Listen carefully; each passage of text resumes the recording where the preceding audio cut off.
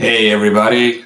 Welcome to the 12th installment of Hat Chat. And it looks like we got already a visitor. That's awesome. Can't uh can't hate that, right? Yeah, wow. We reached number 12. We are here and who we got? Hey, Passion for Hats. Hey, how you doing? Hey, I love your channel. Thank you for joining us. Man, talk about like inspirations. Um, you know, Again, your channel is fantastic. You do some really great videos. The hat steaming and essentially that whole process. It's very soothing. Like I said, I don't know if you've seen some of my other videos. And basically, I'm not somebody that steams any of my hats, but I kind of do like watching the process. Like I've seen Kevin Gerber steaming hats, and I've kind of like I can see the allure, right? Yeah, thank you. Thank you so much for joining us, man. Yeah, like I said, I reached out to I reached out to two other folks. Definitely the same invite I'll throw out to you if you ever want to join. Yes, Kevin's a great guy. Yes, he is. I was just talking the other day about like ambassadors of the of the hat community, and definitely I think Kevin's one of those. Again, he may not agree with that. I don't think. I think we got a lot of good humbleness, quality humbleness in our community. But I mean, we're a small community. I mean, again, that's the nice thing about this subculture that has lived and thrived. That we've had so even though we know and we kind of yearn for that yesteryear where hats were just like everyday wear, we know hats still exist and we know that it's still a thing. But now we start seeing a lot more of the ball caps, the trucker hats, and then what we're left is with these fine hats, I like to call them. Yeah, he inspired me to start up here in the UK to support the traditional way of making hats. Awesome. Yeah, you got to love that. You see, this is why I kind of always say you want to err on the side of thinking yourself as an ambassador because kind of like that old adage, right? You never know who's watching, right? Um, and you want to kind of just make sure, like I said, even if you don't feel like you should be a role model or an ambassador of the community, you should carry yourself that way, right? Because let's be honest, not everybody starts off in their journey like we tend to think of like people that are into hats that they've always been into hats, right? And that's not the case. Everybody, like and myself included, we find our way into this hobby at some point in time. Like I was well into middle age when I started getting into fine hats, right? I'm going to use that even though it sounds a little pompous. It's like you want to do that. Yes, I agree. Help out and inform as you go along to preserve what we have. Exactly. Truer words I don't think can be spoken. To be quite honest, I got to tell you, again, we I mean, this hobby, I think we owe it to our fellow, enthusiasts to pay it forward, right? And to welcome folks that are just curious, right? Somebody might see us walking down the street wearing one of these hats, and they're like, I always wanted one of those hats. I don't even know you could get one. How did you get your hats? And all that might be all it takes. Or a little child might see you, and you know how children are. I talked about this on one of my other episodes. Children are very observant, right? They are kind of built in a very basic level in doing that compare and contrast, and they know what's different. They know what stands out, right? We kind of know all about like the grade school bullying, and a lot of that is because when somebody looks a little different, um, kids, because they're trying to protect themselves, they will go and they'll point it out, and that's how unfortunately bullying starts. But at the very basis of that is this innate need that we have to compare and contrast and know what looks odd about our environment. And our hats, for good reason, kind of stand out. Like I said, we moved into hat from cat culture to a hat subculture, a fine hat subculture, and it's a small community. We got a lot of folks that still make these hats, and we gotta support them. We gotta support each other in this passion, because We just don't have, like I said, I'd like to think that everybody is a hat person. They just don't know it yet, right? But we know that's not the case, but you never know if that, if we operate along those lines, I think we will do ourselves a favor and our fellow enthusiasts a favor, to just normalize the hat wearing culture. It's like, yeah, just because I have this hat on, that you might have seen in a movie. Yeah, I think that the men's market in America is much more advanced in being open to wearing hats than here in the UK. That is very surprising. As somebody, I don't think I've been to the UK, but in my ignorance, I would have actually thought the opposite. To be honest, we seem to be a bit more reserved, but we all have to consider the protection hats give us. Yes, yes, absolutely, from the sun and from the other options than just ball caps. Completely agree. There's a functional basis for wearing a hat, right? So we know that part of the subculture that has pervaded, right? So after, I talked ad nauseum about like the proliferation of the automobile and how that has affected styling and probably ushered the way out for hats as being like everyday wear. But for folks, especially the folks that have a little bit more thinning hair, hats do provide still a functional utility in protecting you from the elements. And we know that we have, everybody has shelter. Everybody kind of is, I guess we assume that everybody has an automobile. Being from the UK, maybe you kind of like that might make you chuckle because maybe, because of the price of gasoline or petrol, as you guys might refer to it, is so high. Well, maybe there's less folks with gasoline. But you bring up a really good point in terms of people being reserved and not wanting to stand out, because that's one thing I mentioned right off the bat. Don't get into fine hats and wear them if you don't expect to stand out. Like that's it's a gift and a curse, right? If you're uncomfortable getting looks, and if you're uncomfortable like somebody throwing a random question your way, then this is probably not, like, maybe collecting hats but not wearing them is going to be more your liking. And I could totally respect that because passion for hats brought up a cultural reason. Yeah, it really is a gift and a curse. Yeah. I know, and everybody varies. Like I consider myself a more generally social person, but that varies, right? I can be very seasonal, depending on my mood and my energy levels in terms of how much engagement I want to do. And I know that seems comical because you've probably seen this talking head in front of you. It's like, this guy can't stop talking. When would he feel like not engaging? But it does happen, and it probably happens at some point when my caffeination level kind of dips, right? But yeah, fascinating. So you brought up the cultural differences in hat wear, and how that might differ here. And it's so funny that I actually held the opposite perception. This is why I love this idea of this channel, because I get to engage with my fellow hat nerds, and then bounce off ideas, right? The definition of an intellectual is, in my mind, is somebody that has an opinion, an informed opinion, but is willing to change their mind based on new data, right? And that's what we're getting. That's what we get when we have these interactions. The downside of the fact that we now exist, we're a small community and we exist as a subculture, is that we don't get to interact with our fellow hat nerds in the wild, right? So you might I can count probably on one hand the number of times I run across somebody else that I'm like, okay, that's a hat person, that's a hat nerd, especially another fine hat, like somebody that wears felt hats. It just doesn't happen. And luckily the internet exists and YouTube exists. That way we can kind of reach out and find our tribe, right?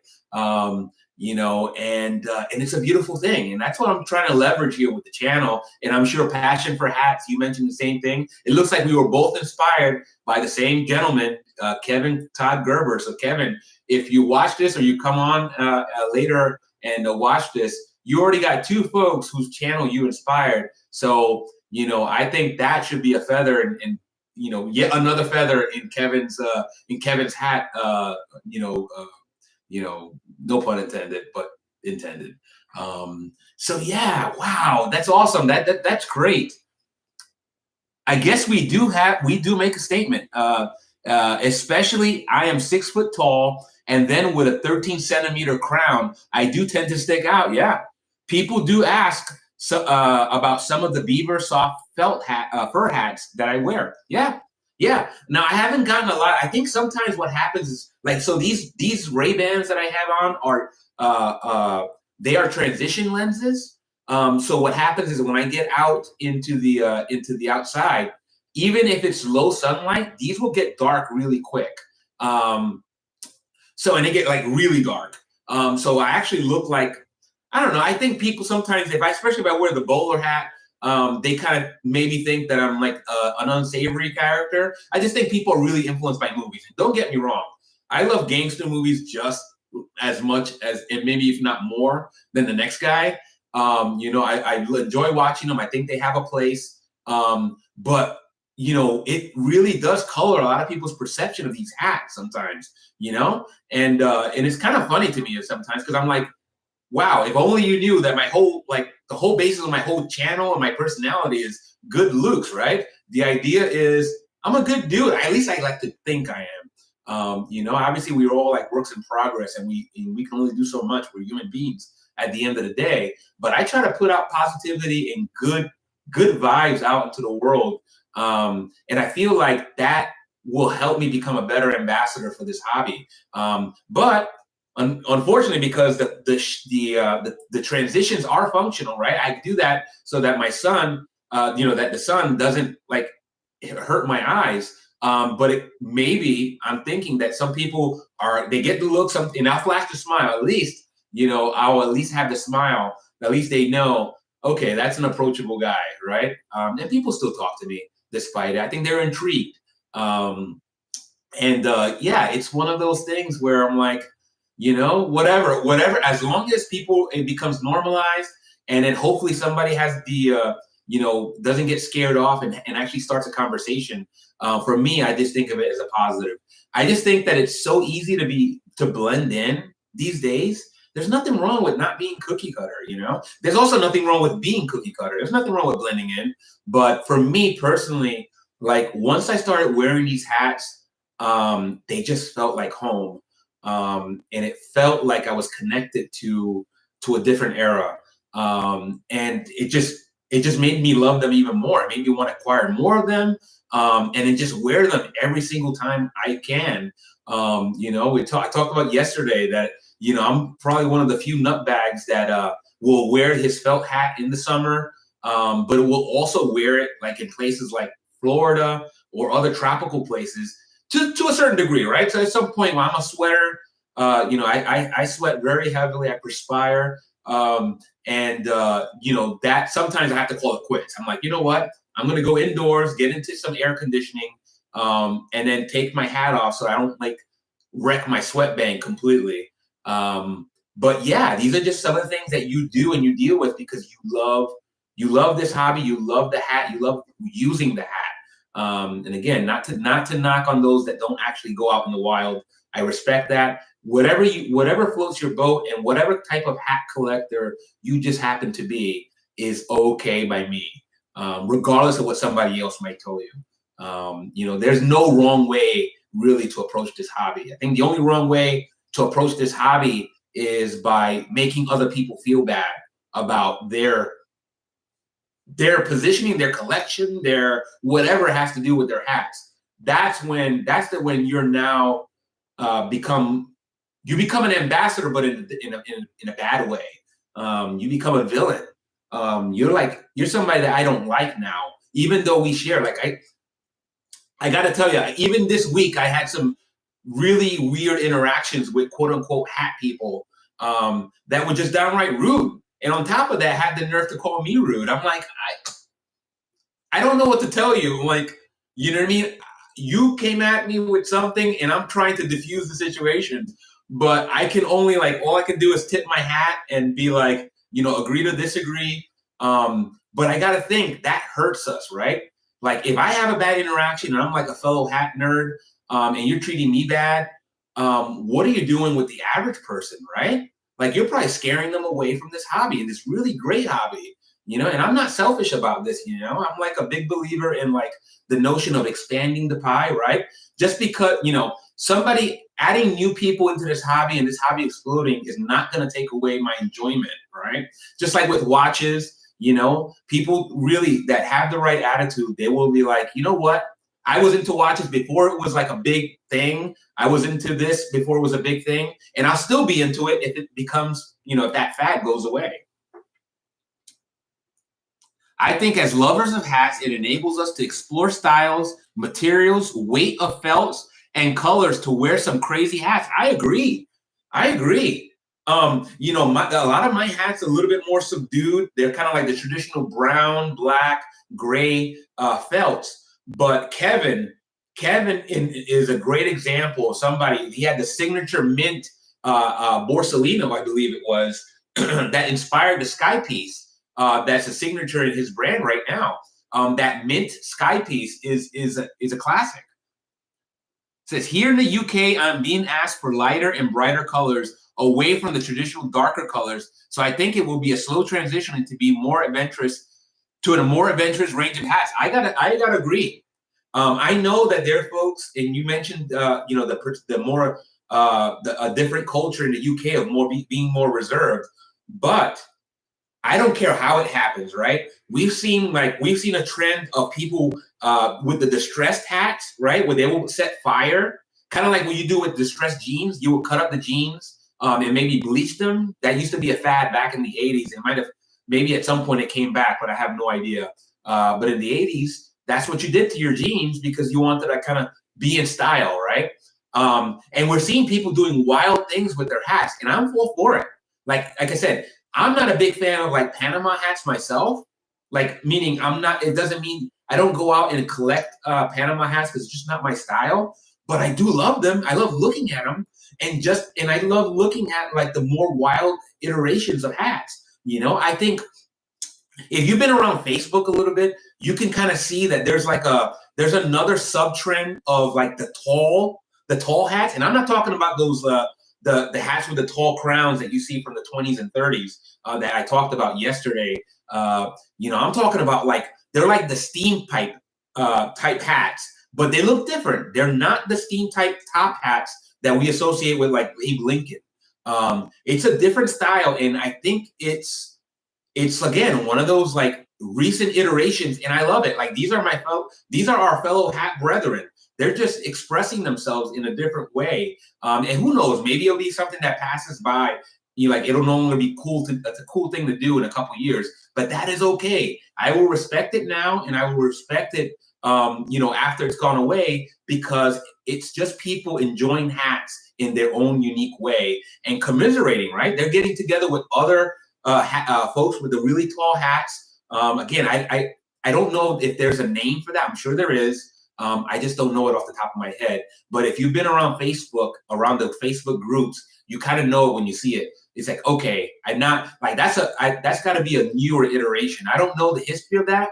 I'm hoping that at some point one of those folks that is really into that style come on here. All right, here we got. I do think that Nick okay, I'm gonna probably Nick Fouquet has been an ambassador and influencer in this effort towards change. Yeah, I'm not familiar with Nick. If you could give us a little bit more information about Nick. The name kind of sounds familiar, but yeah, I trust you. I mean, it sounds like if he made an impression on you, it sounds like if this one person thinks somebody's an ambassador, then they are. To be honest, like I think I have 22 subscribers. And somebody says I'm an ambassador, I'm going to take that. He's out of the U.S. Okay. Yeah, I think I know who you're talking about. He might have been mentioned on the Fedora Lounge. There's so many great hatters and you got to love it, right? Because this is something, again, for somebody like this is a fine tradition, a trade that has existed. It's like cobbling, right? Like the shoe cobbler. We know shoe cobblers still exist. Right?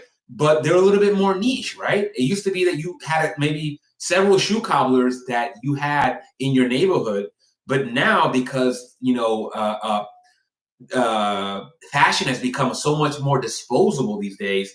Repairing shoes is a little bit more niche, and it's also a little bit pricier, right? So our custom hatters, we know that those hats that are custom made are going to be a lot more expensive. But hey, if you got the money and you're not going to forego paying your bills and your necessities, right? We talked about like Maslow's hierarchy of needs. If you have your basic needs covered and you got all of that, and you're not like starving yourself, and you got some disposable income, in a custom hat is what you want to spend your money on. Hey, more power to you. Like, I love it. I don't think I do own at least one custom hat, but I didn't get it custom. It wasn't made custom for me. I just happened to buy that hat from Kevin Gerber because it belonged to a friend of his who needed some money, and Kevin was helping him out. Yeah, I really love that hat. I talked about that hat. I teased that hat. And some of the folks that know me from Facebook probably have seen that hat. And I think I posted on the Fedora Lounge.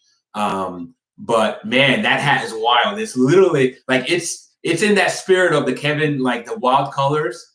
In making hats myself, I have learned more about the history and custom made tools and materials here in the UK, and the suppliers are really helpful. Yeah, yeah. I mean, again, part of the benefit of having a small community is that I think people, again, I'm going to say in general, because we know there are exceptions, right? Curmudgeons exist in every community. It's just something that we have to kind of have. It's just the rule. It's going to happen. But in general, I think my fellow hat nerds are like some of the most polite and welcoming folks, because again, we treat each other right because we know it's a small community. Word gets around really quick when we don't treat each other right. And yeah, I think this is my favorite like story that I've been hearing a lot more, is folks that don't start off like, they're not like a second or third generation hat maker. They're just somebody that loved hats and decided, you know what, I got, maybe they retired and they're like, you know what, now's the time to get into this and start making some hats. And some of them are doing quite well for themselves. I hope. I really want folks to like be doing well. Again, even the ones that I encounter that are not like so friendly, I still don't wish them bad. I want them to exist because I always want to have options for not just myself, right? So if I'm not purchasing a custom made hat, I want somebody else to support that business if I can't, because it really is like, if it doesn't get supported, it's going to go away, right? We talked about that Meyer the Hatter, passion for hats. I don't know if you have heard of Meyer the Hatter, but he owns a shop here in the state of Louisiana, and I think New Orleans, Louisiana, and he's 101 years old. And bless him, because he's an ambassador as well, even if he doesn't want. He just seems like a very humble guy. He's still doing quite well, and I hope he lives 200, to be honest, because it's a benefit to the community to have that kind of history. It's one thing. I talked about my grandfather, who was really big into hats. I never got to meet him. He passed away, before I could ever meet him. And I just have a photo. I have a photo and stories from family members that knew him. And that's all I have. But you have somebody like Meyer the Hatter, who's 101 and has probably seen all these trends come and go. And he could really provide, some information. You're like, wow, at 65, I am just a boy in making of this hat business. Yeah, you are. I'm a little shy of 50, and I consider myself a youngin. And when I see somebody that's 101 and still doing what he loves, that makes me feel good, because sometimes we get a little pessimistic. We're like, oh wow, we've already been on this earth for so many years. You start thinking of like those negative thoughts sometimes that kind of creep into your head. It's like, man, I wonder how much I got, and obviously you do the little things, like I was talking about making healthy life changes, and it's not because I want to live forever. I just want to be able to live the way I want. for a longer time, right? Does that make sense? So basically, I don't want to live to 100 if the last 20 years, if from the time I'm 80 till I'm 100, I can't do what I love and I can't enjoy the things that I like to enjoy. I guess as long as I can I can lift my head up and I can put my hat on, I will be happy. I think. I'm usually pretty positive, and I like to look at things from a positive angle. I just got to think that as long as I can enjoy my hats, and Meyer the Hatter still has a hat on. I think his hat of choice is a boater style hat. I don't own a boater. I do kind of want to own a boater, especially when I see Meyer wear one. I got to think maybe it's the boater that's the secret to longevity, right? It's like all this time we were thinking about diet and healthy living, but all you needed was a boater hat. Who knows? I'm sure there's some sort of science that will support it. But I like to. Sometimes we believe what we want to believe, and I like that. Yeah, I'm just crazy enough to be like, yeah, oh yeah, I'm sure there's a very logical scientific reason for wearing a boater and how it leads to longevity. At the very least, it'll protect your head. Just like other hats. And that's got to be good. Maybe some protected from some random bunk. But I digress. Passion for Hats, thank you so much for interacting. Man, we have had a small amount of participation on this channel, but it's one that I appreciate, and I don't get caught up in the numbers game. I'm loving everything about this. It's interesting as getting involved with hats. It's actually kept my focus on business and building my brand, PJ Murphy and Son. Now making upwards up to 25 hats a month. So no sign of retiring. Hey, congratulations. Congratulations. That is no small feat. Making 25 hats per month. Holy cow. You know what I mean? Like, that's an achievement right in itself. That's passion. I mean, I think your name is appropriate. I mean, if you're making 25 hats per month, that you got to be you can't be in this halfway to be putting that kind of effort. And I think it keeps you young. I got to tell you. I mean, you said you're 65, and I think, like, for me, retirement is something where you may quit your career, like your first career, but then you open up the possibilities to do what you really love, right? Maybe you have a little bit of money saved up, and then you can now have the choice, right? So maybe don't stop working, but now you start really doing what you want to do. So I'm not sure if that's good or bad, but really enjoy it. Yeah, that's right. Again, I just like my jokes. I'm aiming in this channel. I really kind of talk here to please one person. That's myself, right? So I like to make myself laugh. And sometimes if I happen to make somebody else laugh and make them smile, then that's like icing on the cake, right? It's like, I don't pretend to be the purveyor of fantastic jokes.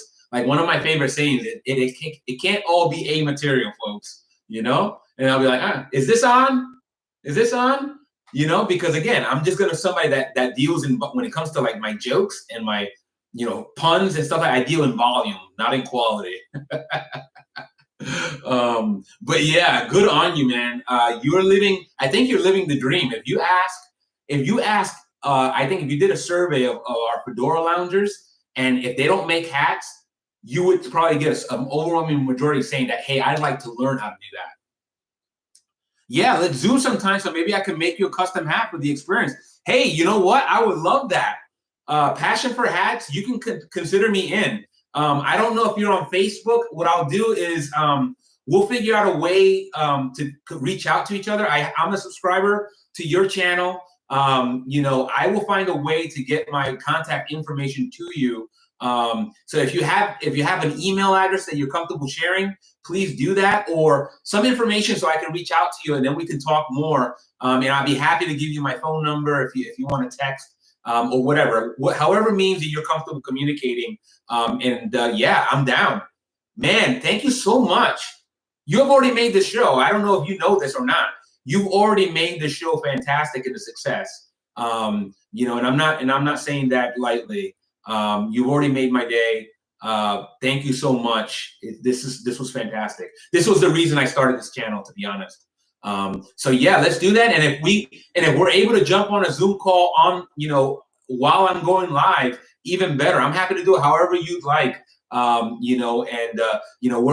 in different, obviously different countries, but we'll figure something out. Like I said, I do this at 11 a.m. Eastern Standard Time, but I'm amenable to doing it at a different time, no problem.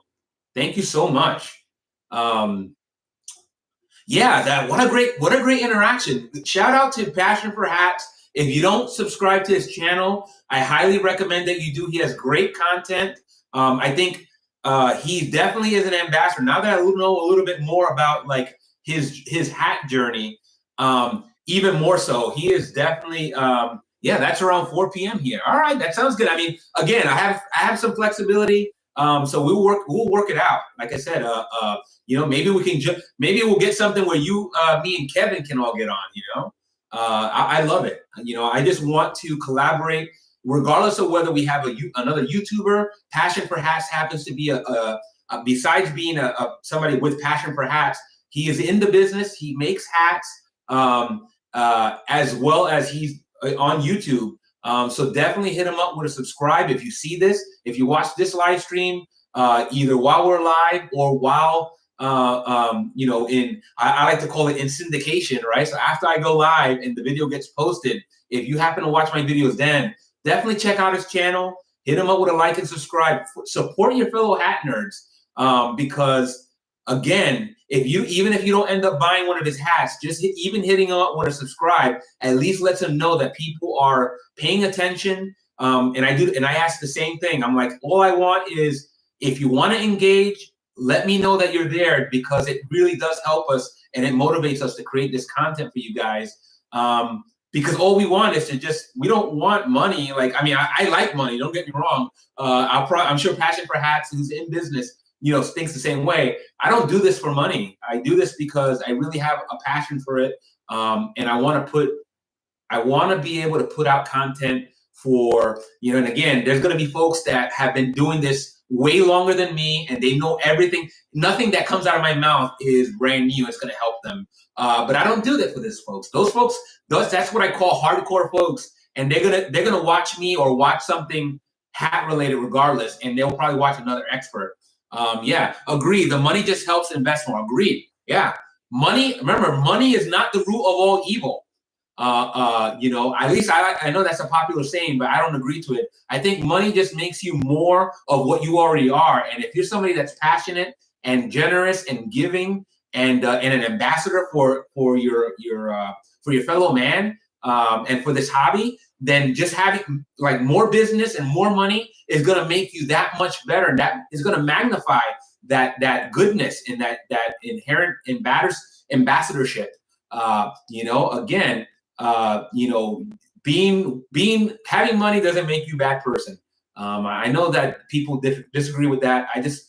As a gentleman, I'm just going to tip my cap and I'll say agree to disagree. I know a lot of folks that have money that are good folks, and and some of the best people I've ever met. So shout out, Passion for Hats. I hope you're selling them out. Like I said, I'd love to see some of your examples, and we'll do that. I love this. Like I said, you're probably the first. I think you're the first hat maker that stopped into my stream. Again, I just started. Really, this is 12th installment, and you, I think, are the first hat maker to stop on by, and I love it. I appreciate it. Much success to you and your channel and to your business, and I hope to interact with you more. Wow. This is I'm flabbergasted. Like that. I am touched. In the interest of just keeping the show going, not to, the whole point wasn't that to tug on heartstrings here, but I'm touched. I really do enjoy this. Happy to help and appreciate the business I get from Americans. Thank you so much. Honestly, that is very nice to hear. I know worldwide we don't get universally loved, and some of it's deserved, some of it is not. I personally have not been to the UK, but I've heard so many great things. It's going to be inevitable that I pay a visit, and maybe I'll be able to make it out your way. There's so much of this world that I want to see, and I think there's nothing better than to go see the world with a nice fine hat on. You know, just call me crazy, but it's just the way I view life, especially these days. So definitely, I'll definitely make it out to your neck of the woods at some point. I gotta think. I want to see so much more. It's one of those things that I promised myself. I used to always tell myself, I was one of those folks that would always say, when I retire, then I'll go out and do things like travel the world. And I'm no longer in that mode. Like I'm in do it now.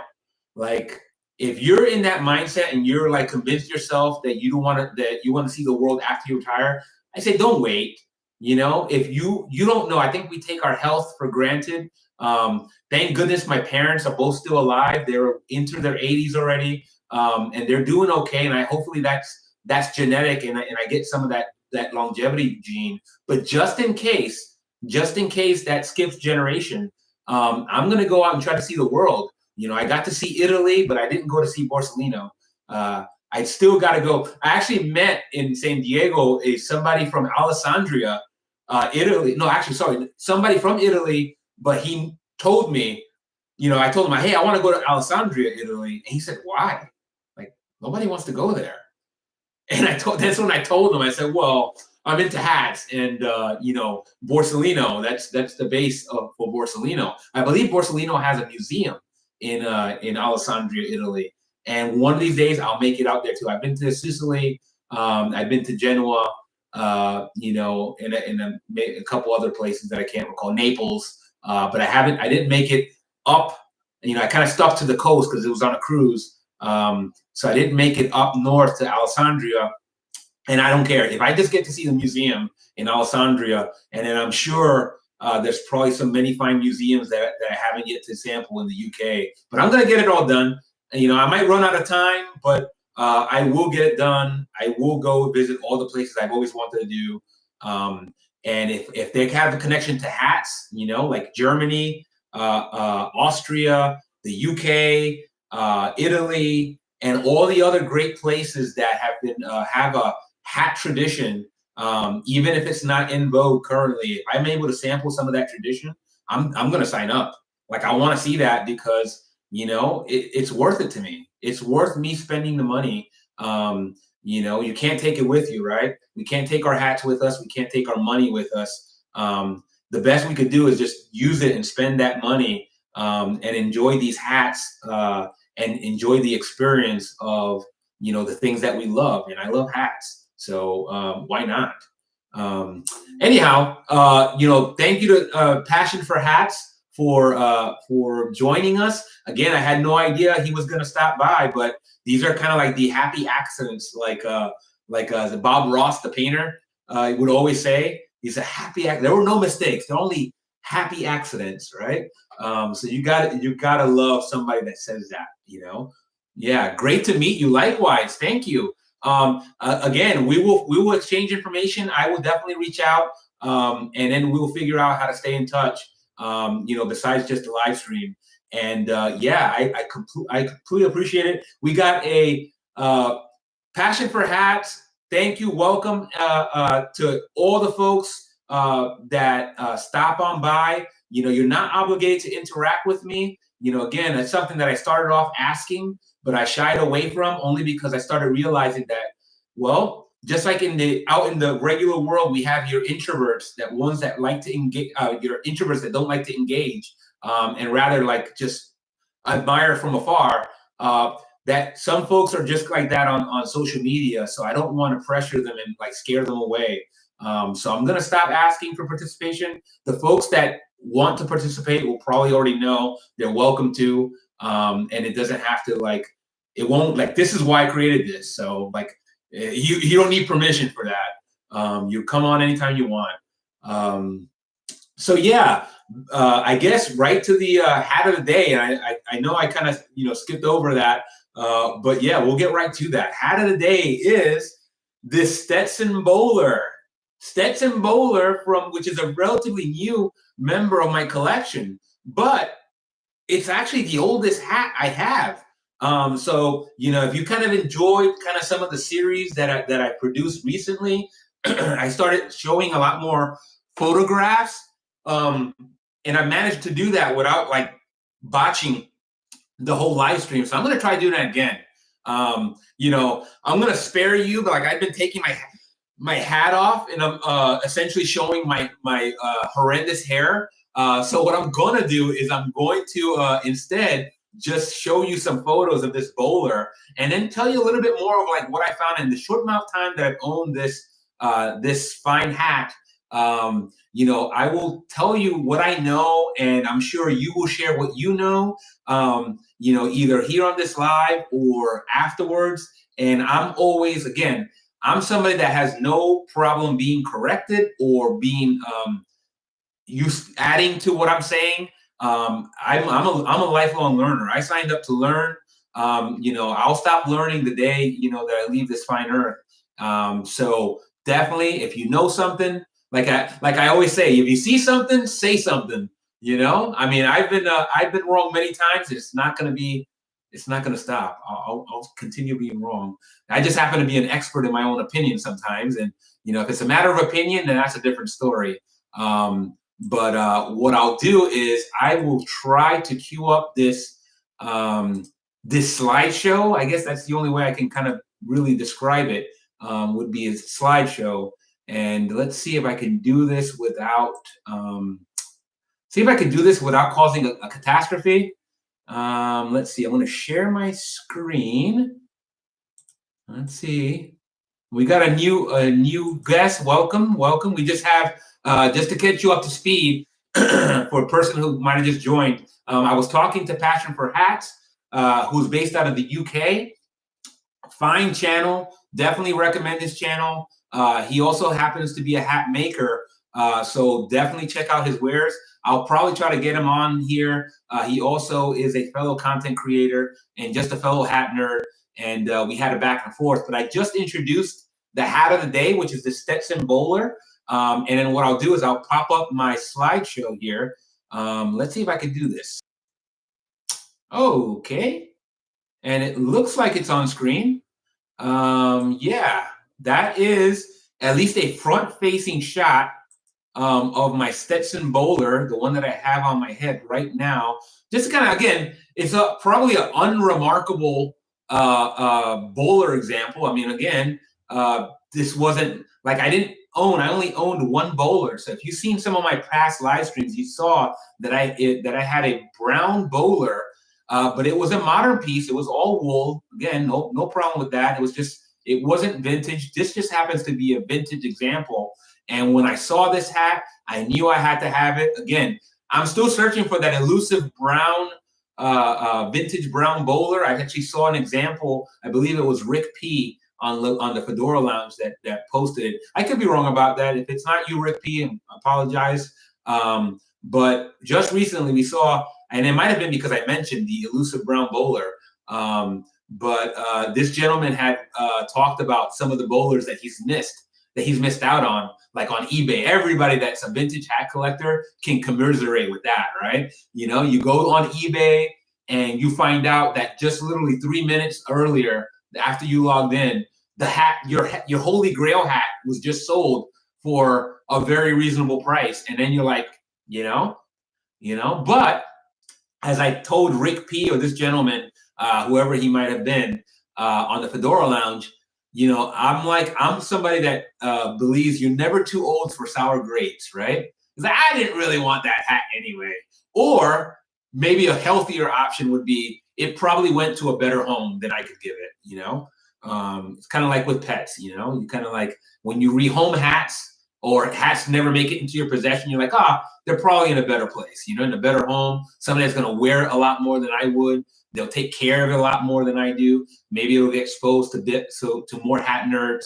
I like to think that because it just makes me feel better about, it makes me feel better about losing out on my Holy Grail hat that I thought, maybe it wasn't my Holy Grail, but I wanted it, and but somebody else wanted it, and that's probably for the same exact reason, right? They probably wanted it for the same exact reason that you did. And that's what kind of brings us together, right? So this is just a little side profile on the hat. Again, unremarkable in terms of looks, but I'll tell you, like I said, even though this is like the standard black bowler or derby, right? So it's a Stetson hat. So that means it was domestic U.S. manufacturer. And, one tidbit is that in the UK, I believe this hat originated in the UK.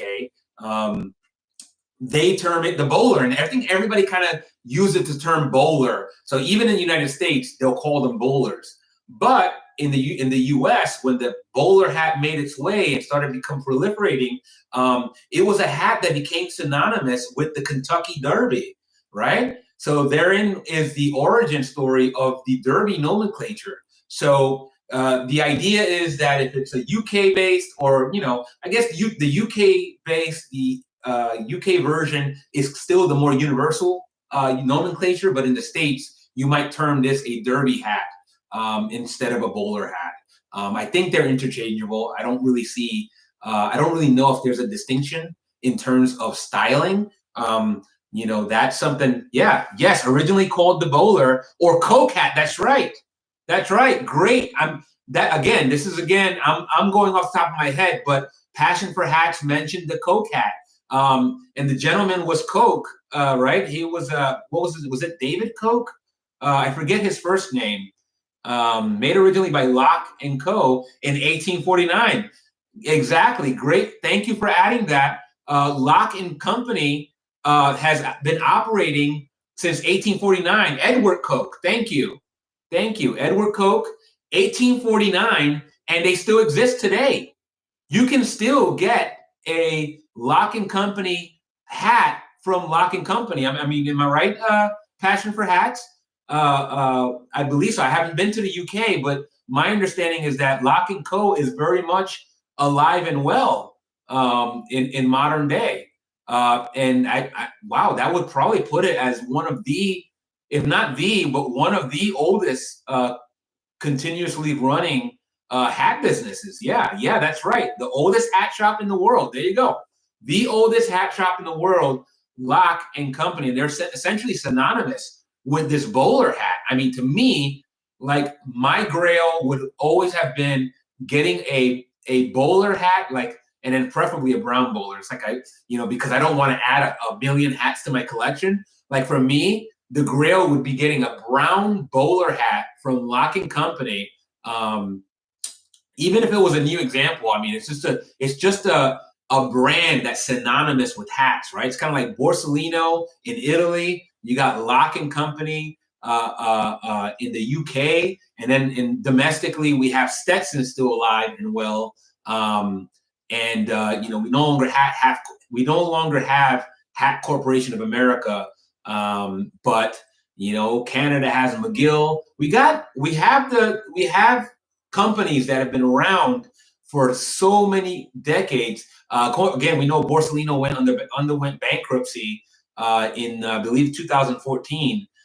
So these hats, these companies that we take for granted, we got to know that we have to keep supporting them. So besides supporting like your local artisan like Passion for Hats, we also have to support these bigger guys too. I mean, I know that they're probably doing a lot of volume, and they don't make these by hand anymore. At least that's my perception. Lock and Company, Stetson, they're not making them by hand. Hey, Morgan, how you doing? Speaking of like loyal viewers, we got my moderator here, Morgan. Morgan, good morning. Yeah, we were just in conversation. I was, we have Passion for Hats. I'm not sure if you guys know each other, but we do have the connection to Kevin Todd Gerber. So Passion for Hats was just talking about how Kevin inspired him to kind of get his business going. Morgan, Morgan is a great one. She's a great ambassador, whether she knows it or not, for the hat community. She's a fellow New York native. She actually still lives in New York. Passion for Hats is based out of the UK. So yeah, this is exactly why we do this, right? Like this is why I started a channel like this. I'm sure Passion for Hats was similar.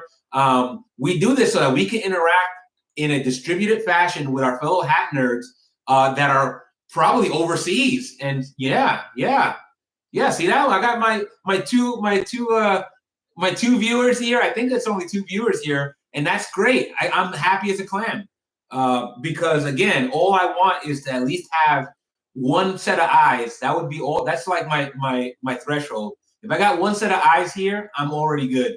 And even if I don't have a set of eyes, let's say I'm just talking.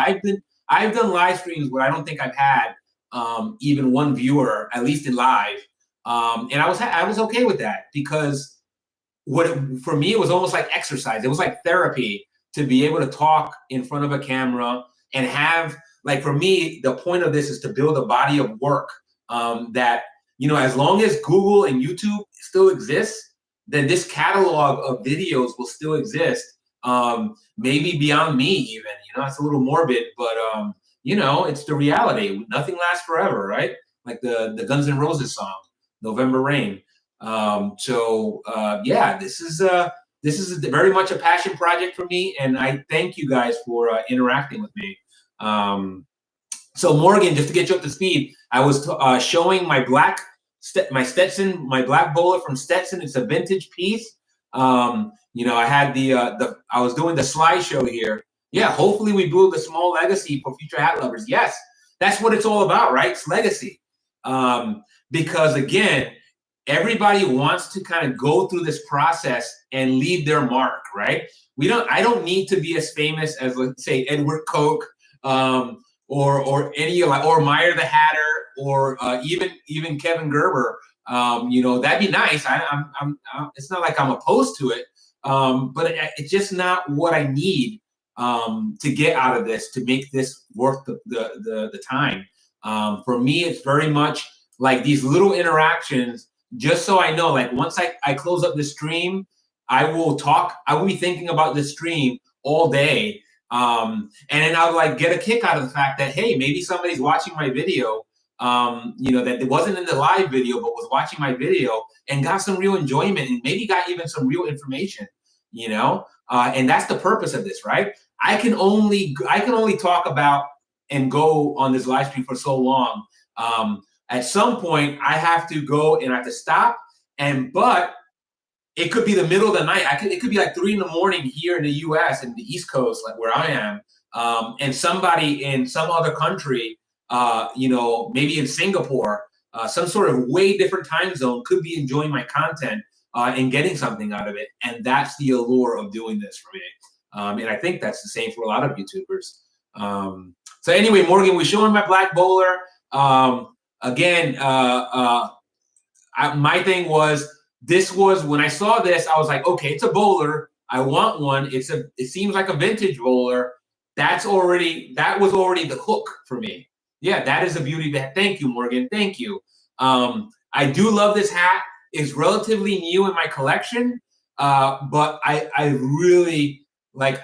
You gotta all know. I mean, if you watch my past live stream, you know that I sold my other bowler. I rehomed it. It was a modern bowler. It was wool. It wasn't like by any intents and purposes, other than being a brown bowler, that was the hook for me, and that's why I bought it. But some of that luster, like I wasn't wearing it because it was probably a little too small for my head, to be honest. It was a size medium, and I think that came in around size 7. And my head is about between a 7 1/8 and 7 1/4. I think I'm like right at like 57 1/2. So usually I can get into a 57 with no problem. Sometimes it's a little tighter, and then 58 might be have a little movement, but still wearable. So I just kind of slot in there, and it's a size that's small enough where I'm able to enjoy a decent number of vintage pieces. If I had a smaller head, I'd be able to, thank you. It does look, oh man, thank you. I talked about, and Passion for Hats, Morgan, Passion for Hats was here earlier, and I was telling him that, because my glasses are transitions, right? When I go outside and I wear, like, let's say I wear a hat like this or some of my other hats, when my glasses start tinting up and they only need a little bit of light to start tinting up. Like they can get really dark in a lot of sun. And what happens is I think sometimes people think they start getting that gangster movie vibe, which, and then if you kind of have been here, you know I love these gangster movies. I really love them a lot. But, you know, the gift and the curse is that sometimes people think that because you wearing a hat that they think a gangster would wear, that maybe you're the bad guy, you're not somebody they should be interacting with. And that's the opposite, right? I try to smile all the time. You know, at least only because I'm like, hey, you smile, and usually somebody will reciprocate it, or at least they'll be less intimidated, right? That's like the law of nature, you know, the law of attraction, I guess, even, right? Just sometimes it just starts off with a friendly smile. So I try to do that.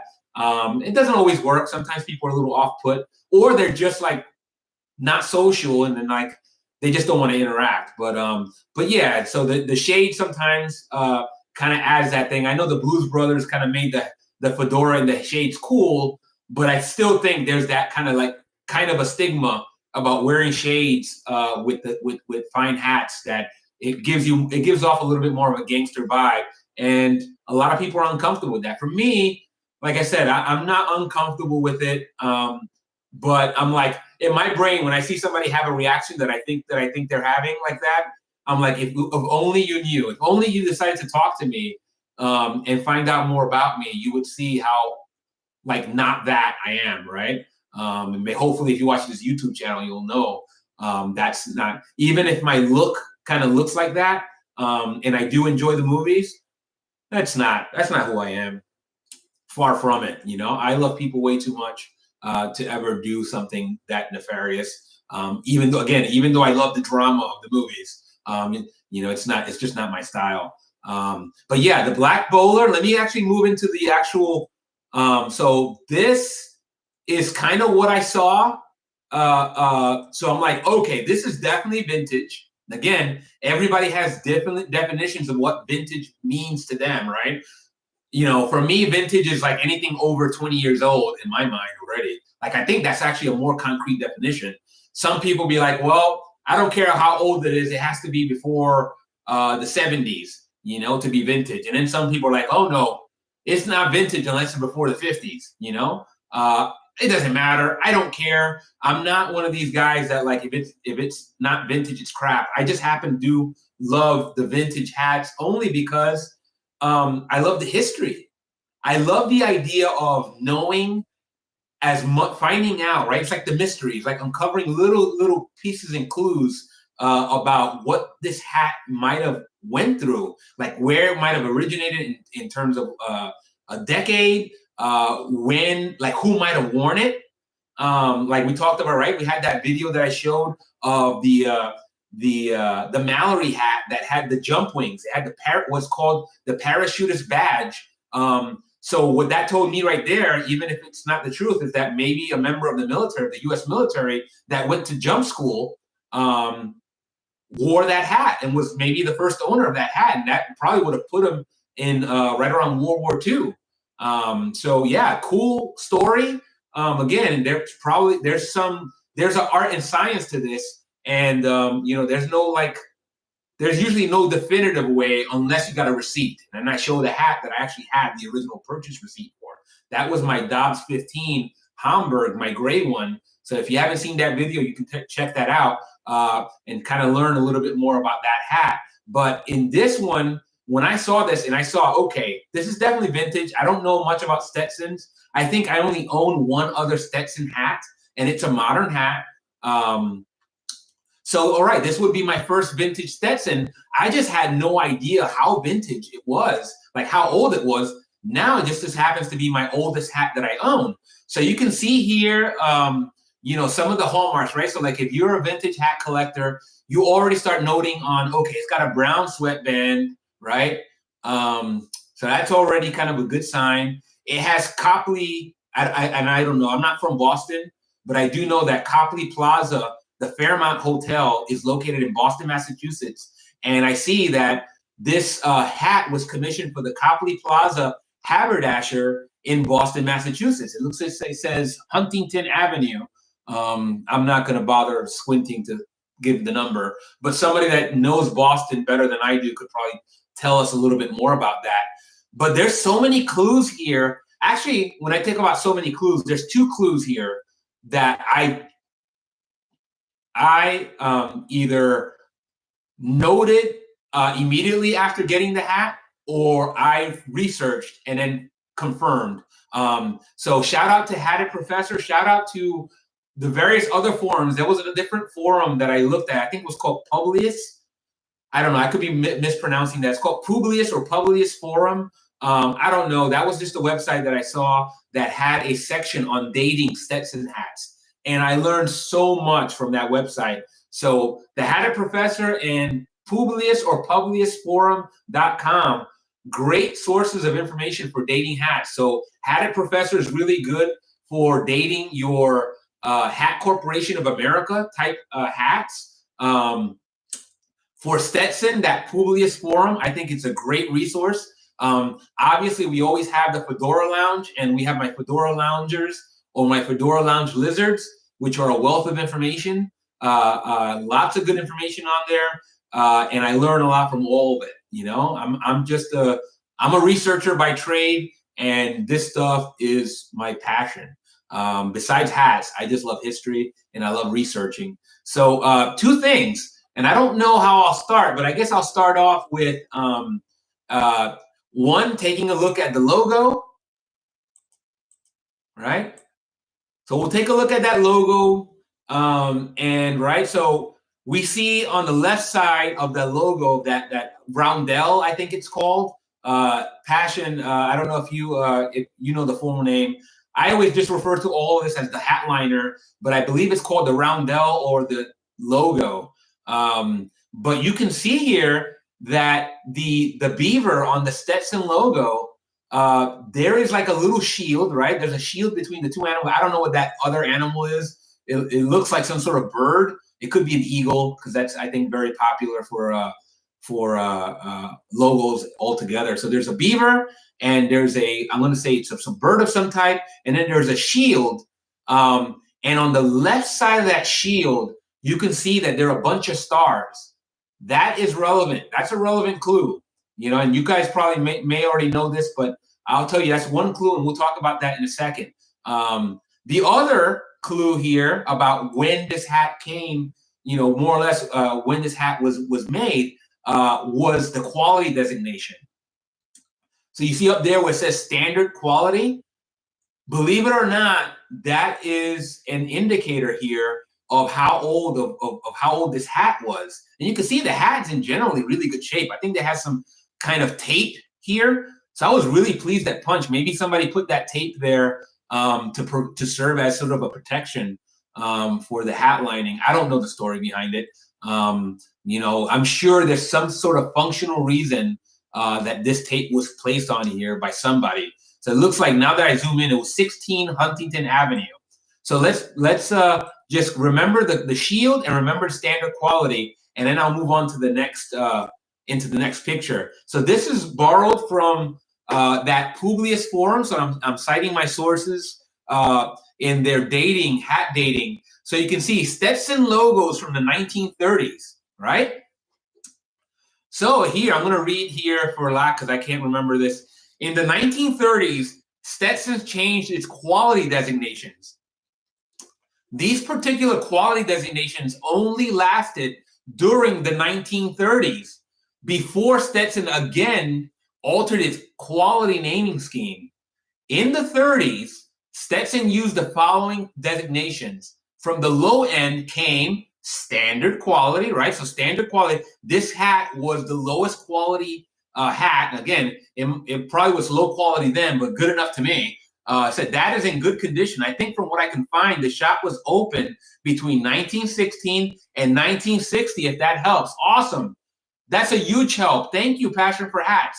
You know, I see we have a fellow history nerd on my, you know, here, and I love it. I love it because this is what I live for. I love getting, like, learning new things. So I just learned something. Thank you. So it looks like Copley Plaza Haberdasher was in business, according to what Passion for Hats listed here, between 1916 and 1960. Makes complete sense. Now, I do know that in Boston, Massachusetts, there's a hotel called the Fairmont Copley Plaza. Again, I don't know. At some point, maybe we'll get a native Boston resident here. We talked about Chicago, I believe, yesterday. This time, the focus is on Boston. And yeah, I don't know. I'd be interested to find out if that hotel was somehow converted from, let's say, a commercial plaza that was Copley Plaza and it became the Fairmount Copley Plaza. I don't know. But that's, again, that'll be something that I will uncover as I start digging more into this hat's history. But right here, that kind of already kind of spoiled they kind of spoiled stole the thunder here. I probably should have done this second, but we already kind of know it's from the 30s, right? Because it says standard quality. According to this information, again, it's only as good as the veracity of this information. I don't have another piece of information to counteract what this website has published. So I can only assume that this is correct until I hear otherwise from a more maybe more reputable source. Again, I don't pretend to be an expert on any hat brand. I know a couple things because of what I happened to learn along my hat journey. But luckily, we have the internet. This is what I pulled for the internet. And one thing that if you collect Stetson, you will know, like, they changed up their quality designation. So one thing that they pervade is this idea of like the 3X, 4X, 5X, and 7X quality gradations that they did use and continue to use for their Western hats. I believe to this day, somebody can correct me if that's incorrect. But this idea of standard quality was a designation that you would only have seen in the 1930s. So that right there already gave me more than I needed to date this hat. The other clue, it was a little bit, again, I should have probably came next, but it didn't because I didn't think of it. But the other clue, and I showed you the logo, right? We talked about the beaver and whatever this thing happens to be. It kind of looks, to be honest, like it looks like some sort of either eagle or pigeon. I don't know, honestly, because it looks like there's another bird on top of the crest here. But focusing in on the shield, you can see that right here, right next to the beaver on the left side of the shield, it says it has a set of stars. Now, again, this is where I will go and extrapolate because I don't know the answer to this. It didn't get covered in the website that I decided that I pulled this photo from. This photo also came from that publiusforum.com on dating Stetson hats. But according to that website, in 1950, Stetson changed this shield, right? So it went from being a set of stars. So prior to 1950, right? So this is more veracity of this is pre-1950 and probably 1930s, based on what we just learned earlier. But these stars on this logo, Stetson stopped using it in 1950, right around 1950. I don't know the exact time, but the website said 1950. So I'm assuming that was that year, 1950. And that logo switched and it went from stars to a maple leaf. And now I'm like, okay, it doesn't say why, but if you kind of know, I mean, if you kind of can say, I'm gonna make up a story here. Again, it's to be determined whether it's wrong, but maybe, just maybe Stetson switched that up because maybe prior to 1950, they had their major manufacturing in the US, but maybe somehow they moved to Canada. Maybe their major center of production moved to Canada after 1950, and that's why they went with the maple leaf. I don't know the answer to that. I'm purely speculating.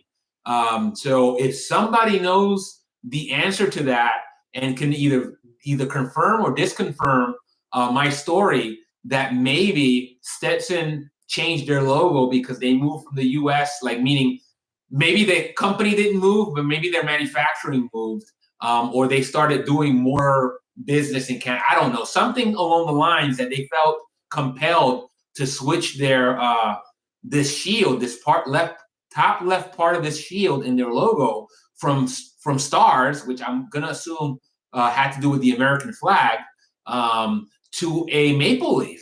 You know, maybe it was just something inclusive. Maybe it wasn't like they switched. They just added a Canadian manufacturing plant and decided to pay homage to it by putting a Canadian maple leaf. I don't know. Again, it could be a completely different reason. Somebody that's going to know more and is more authoritative will answer that. Hopefully somehow, and whenever they get around to ever seeing this video, if that ever happens. But that's just a little bit about the history of the hat and dating the hat. I know if you kind of see my videos, I nerd out on that. But yeah, it might be boring to some. I know I can see that some people might not like it, but I love it. So I just wanted to share that with people that may have not known that, or maybe they, again, I know that there's some folks that are like, dude, I knew that, like that's elementary. And I'm fine with that.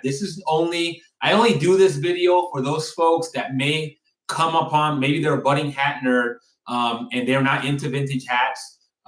They might just be interested to know this for whatever, maybe because they're into the hobby. So yeah. So if this isn't any news to you, that's cool. I'm sure it's a little bit of repetition is never a bad thing.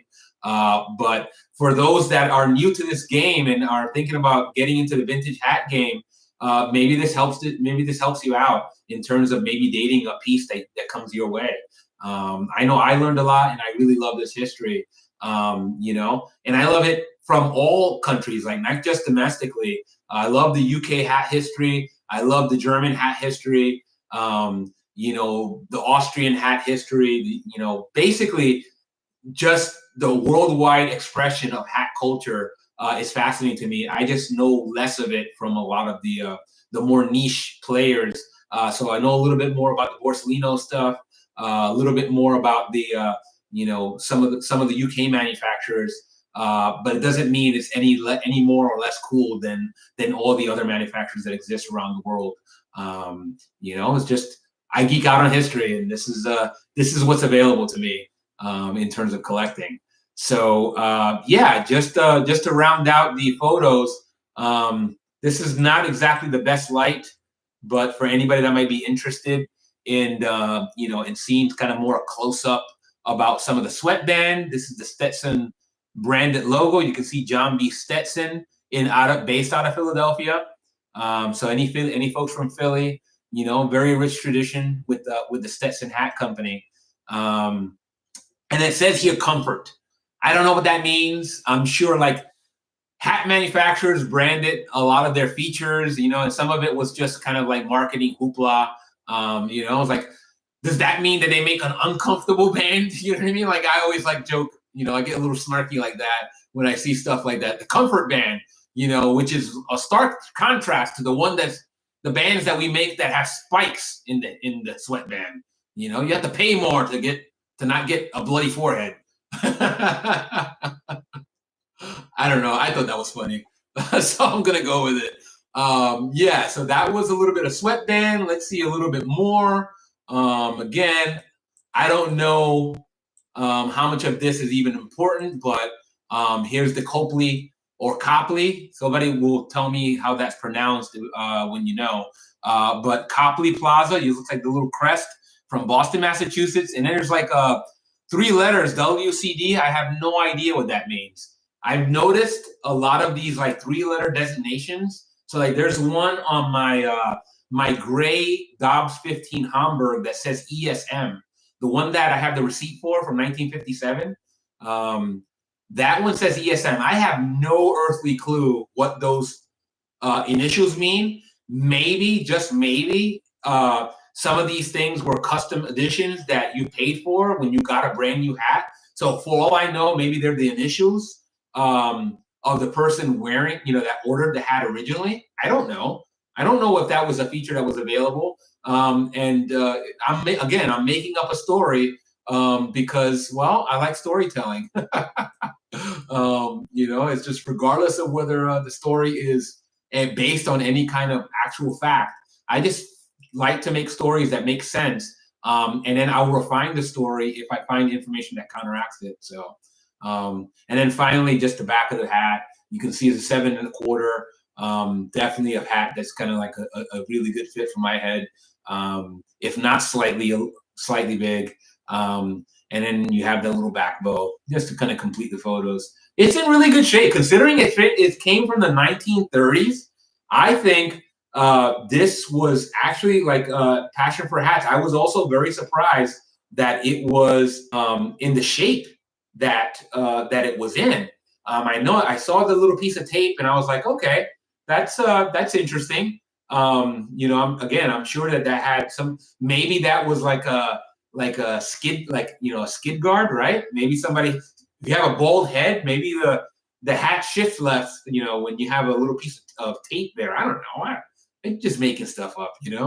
Again, it's just my brain notices these things, and then I have to come up with a story to get my brain to stop racing and thinking about it. And I feel better. Just kooky like that. I don't know. But yeah, the Stetson bowler. What do you guys think? I mean, we said somebody said it was nice. Yes, someone has looked after it. They love a good steam, and it always helps the pile. Yeah, yeah. Yeah, I mean, for the most part, like I said, it's my first vintage bowler. That's the nice thing about being as new in the hobby as I am, is that there's still so many pieces. Like I don't have a top hat. At some point, I will find a proper top hat and I will bring it into the collection. I showed a Lord's hat. That was something that I did not know. I thought I was buying a Hamburg, and I find out to my to my surprise and to my pleasure that I actually bought a cognac colored Berg Lord's hat, not a Hamburg that I thought I was purchasing, and it just made the hat that much cooler to me. And it's like a vital part of my collection because, well, I've never come across an actual Lord's hat that was available for sale, and let alone a Berg. Berg was one of those really tiny sister brands of Hat Corporation of America. It just wasn't as big as Knox, Kavanaugh, and Dobbs. So maybe what happened was kind of like GM in the U.S. They had all these kind of like sister brands, and it wasn't selling, and maybe they just got rid of it. And that's why you don't see too many Bergs. Kind of a similar story, I would think, with Dunlap. Dunlap is a brand new also that is a Hat Corporation of America. As far as I can recall, is Hat Corporation of America, part of that conglomerate. But you just don't see them as often as, let's say, you see the Dobbs, the Knoxes, and the Kavanaughs. Obviously we know John Kavanaugh was the head. So I got to imagine that he pushed the Kavanaugh brand and the Kavanaugh Edge. We talked about the Kavanaugh Edge. He pushed that probably as his bread and butter brands, his core brands. And then maybe there was less marketing time and marketing effort devoted to Berg, Dunlap, and a few others that I can't remember off the top of my head right now. So, it just goes to show you that there's so many brands out there. And then, of course, we have our custom hat makers like Passion for Hats that are adding their flavor into the hat world. So there's a lot to like. There's not a lack of choice, but there almost always is something new and kind of novel to appreciate about hats. I think that's the allure of custom hats, in particular for a lot of the folks in our hobby, is that, they kind of want something that was made for them and nobody else owned it. It was commissioned, right? It's a proper bespoke. It's a bespoke creation for your specific head. And it was made for your head, and maybe you added your own specific flair, your own colors, and that's the beauty, is that these artisans like Passion for Hats still exist, and are able to put out products and serve the community, with fine hats. That's all I have. I mean, I think what I'm gonna do now is I'll just make sure I reiterate that this will be the last episode before I go on my trip. So tomorrow I'll be on the road heading to visit family in New York. So there won't be another hat chat until I get back. So that's probably, if again, that could change, right? I mean, I could decide to just go live on my phone. Maybe that'll happen. I always earmark time for travel for family, because I give them my undivided attention. Because again, especially my parents are, like I mentioned, in their 80s. I am like their one child that lives the farthest away, 5 hours away. So when I go there, I have family in New Jersey, and I also have family in New York. I will go to New Jersey first, so I'll go to a barbecue, then I'll find my way to New York, and I'll end the trip at my parents' house on Sunday, where she will cook for us, and then we'll eat and talk. I might stay the night. Morgan, I know you're not watching now, but Morgan, if I'm able to stay until Monday and you're free and you want to go over to Bencraft and meet up there, I'm down. Yeah, we're friends on Facebook. Passion for Hats. I have no idea if you're on Facebook or on the Fedora Lounge. If you are, then definitely send me your information. I just want to make sure that we don't lose touch. Obviously, I know I'm a subscriber to your channel, so I know we won't lose touch that way.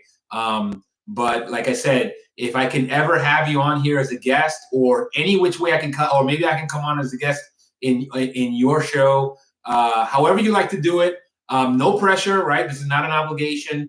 I'm just happy, even if you just come here and interact it, whenever you feel like it.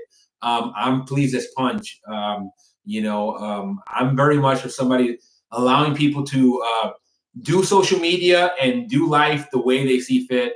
I just thank you so much for making this show already a huge success in my mind, just by being here. So yeah, wow. So we are a little bit over an hour and 20 minutes. I'll probably just call it right here.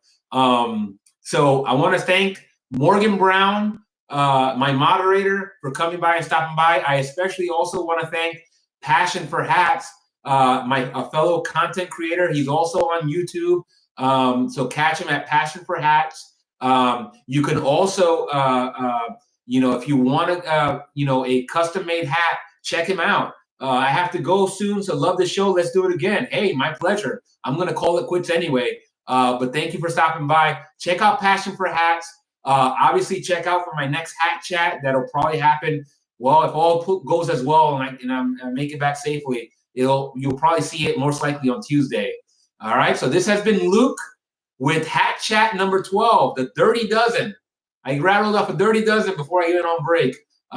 You'll see me back with the Baker's Dozen, hopefully on Tuesday. So in the meantime, this is Luke telling you to have a great day and stay hatting, my friend.